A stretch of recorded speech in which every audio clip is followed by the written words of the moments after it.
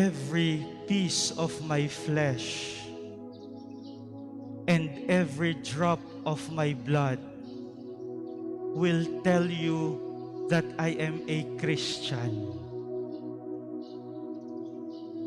Every piece of my blood, every piece of my flesh, every drop of my blood will tell you that I am a Christian. Ito po ang mga salita ng isa sa kasamahan ni San Agustin Saurong na ipinagdiriwang natin ngayong araw na ito. Sila po ang mga martir sa bansang China na pinili na maghandog ng buhay para sa Panginoon kaysa sa talikuran ang kanilang pananampalataya kay Jesus. They were Chinese martyrs who were persecuted precisely because of their faith in Jesus. Pero pinili nila ang sila'y maghandog ng buhay hanggang kamatayan alang-alang sa kanilang katapatan sa Panginoong Diyos. Kaya po ang sinabi ng kasamahan ni San Agustin ay dapat maging motto ng bawat isa sa atin. Ang bawat bahagi ng ating laman, ang bawat dulo ng ating dugo ay dapat magpahayag na tayo ay disipulo ni Jesus. This is the motto of the martyrs. This should be the motto of every Christian, every disciple of Jesus. Every piece of my flesh, every drop of my blood will tell you that I am a Christian. Kaya pala hinihiling ni Jesus sa mabuting balita ngayon ang dalawang katangian. Ang sabi ni Jesus, be wise as serpent, be innocent as doves. Dalawang katangian, be wise and be innocent. Kapag pinag-uusapan po yung pagiging wise, no? Minsan ang pronunciation nating mga Pilipino ay wais, no? Maging wais ka ika. Kalimitan yung pagiging wise sa ating popular understanding ay mayroong masamang connotation. Kapag wise, ang ating popular connotation ay kayang manlamang ng kapwa, kayang lamangan ang kapwa for personal gain and for personal benefit. Ano po yung magandang pag-unawa sa pagiging wise, sa pagiging mapamaraan? Yung isang taong wais, ginagamit niya ang lahat ng paraan, kaya ang tawag sa kanya'y mapamaraan, para ipahayag, ipakilala ang kanyang pananampalataya sa Panginoong Diyos. Siya'y mapamaraan. Ginagamit niya ang lahat ng paraan. Kaya pala yung pagiging mapamaraan ay bahagi ng pagiging Kristiyano.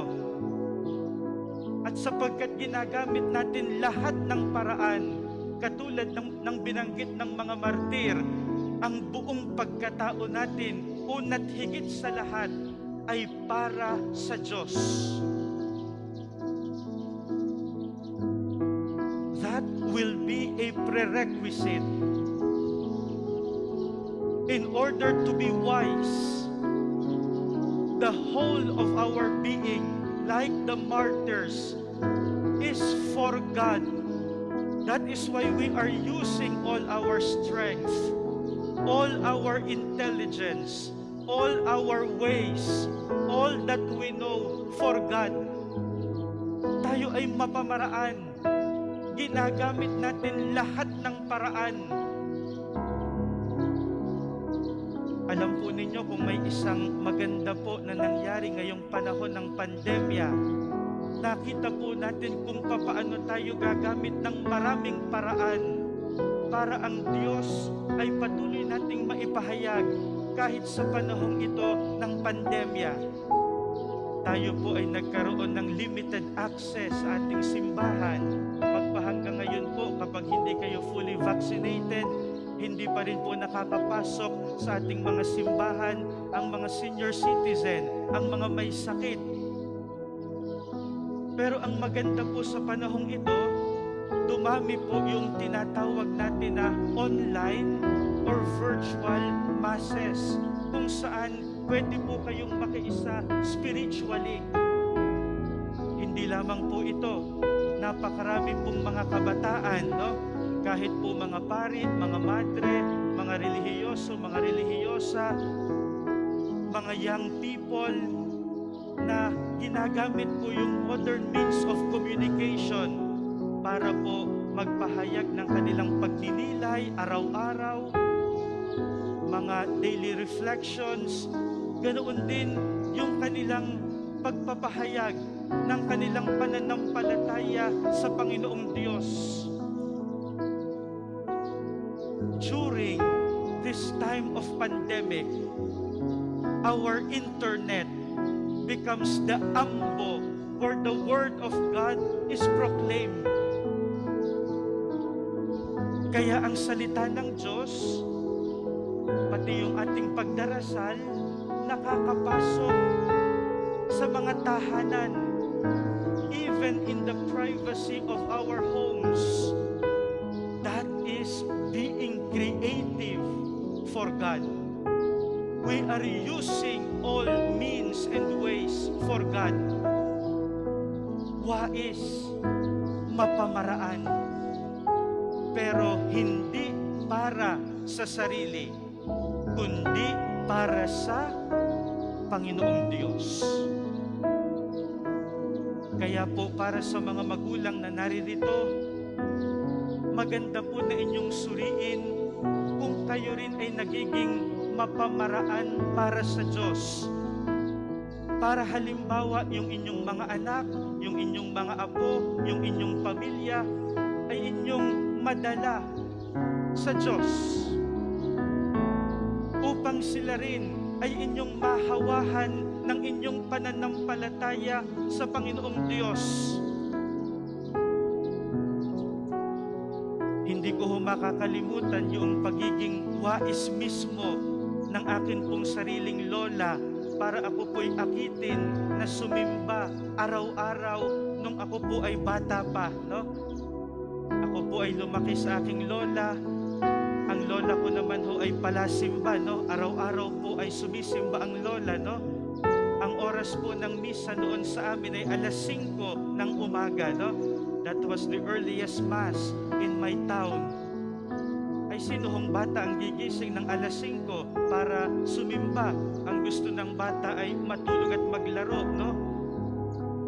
Ano po yung suhol ng lola para ako'y gumising ng maaga? Kapag ako'y gigisingin para sumimba, sasabihin ng lola, "Apo, gising na, no? Sisimba lamang tayo. Pagkasimba natin, bibili tayo ng hamburger, no?" Ang hamburger po ay hindi pa yung Jollibee o McDo, no? Kundi yung mga gawa sa bahay na itinitinda sa silong ng bahay noong una. Siyempre, yung bata gusto ng hamburger.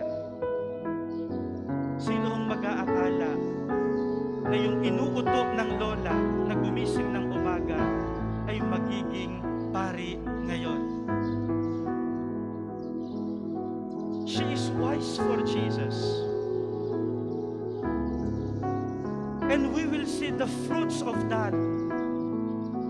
Not only because we are wise, but because we have surrendered everything to the Lord.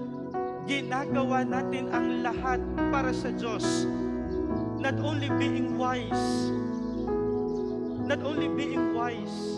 but being faithful to God. Fidelity in itself is in itself wisdom. Ang pagiging tapat sa Diyos, sa kanyang sarili, ay karunungan na mismo. If you are faithful to God, then you are wise. Why? Because you will know how to choose. You will know how to decide. You will know how to think. Your feelings will be very clear. Why? Because your primary standard in life is fidelity to God. Una't higit sa lahat, ikaw ay tapat sa Diyos. My dear brothers and sisters, let the motto of our martyrs that we celebrate today be also our own motto. Let every piece of our flesh, every drop of our blood, proclaim and speak that we are